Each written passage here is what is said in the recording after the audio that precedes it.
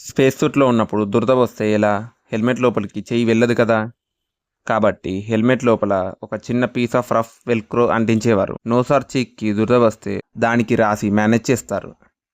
మనం నోటితో మాట్లాడతాం. ఏది ఉన్నా వేరే వాళ్ళతో కమ్యూనికేట్ చేస్తాం. చెట్లు కూడా లివింగ్ బీయింగ్సే కదా! అవి ఎలా కమ్యూనికేట్ చేస్తాయి? చెట్లు నేలలోని మైకోరిజల్ ఫంగీ నెట్వర్క్ ద్వారా కమ్యూనికేషన్ చేస్తాయి.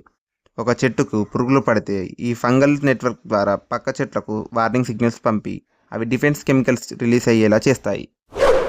మన చుట్టూ ఉన్న ఆటమ్స్లో స్పేస్ ఉంటుంది, కానీ న్యూట్రన్ స్టార్లో ఉన్న ఆటమ్స్లో ఉన్న ఎంప్టీ స్పేస్ మొత్తం క్రష్ అయిపోయి ఉంటుంది. అందులో ఉన్న మెటీరియల్ ఎంత బరువు ఉంటుంది? కేవలం ఒక teaspoon neutron star matter earth gravitational వెయిట్లో మౌంట్ ఎవరెస్ట్ కంటే ఎక్కువ ఉంటుంది. Approximately 6 billion turns. పౌర్ణమి రోజు వెన్నెల ఎంత బ్రైట్గా అనిపించినా సన్ డైరెక్ట్ బ్రైట్నెస్లో అది కేవలం 0.00025% మాత్రమే. చంద్రుడు సర్ఫేస్ లైట్ రిఫ్లెక్ట్ చేయకుండా కోల్లాగా లైట్ని మ్యాక్స్ అబ్జర్వ్ చేస్తుంది. ఇలాంటి ఇంట్రెస్టింగ్ ఇన్ఫో కోసం సబ్స్క్రైబ్ చేసుకోండి.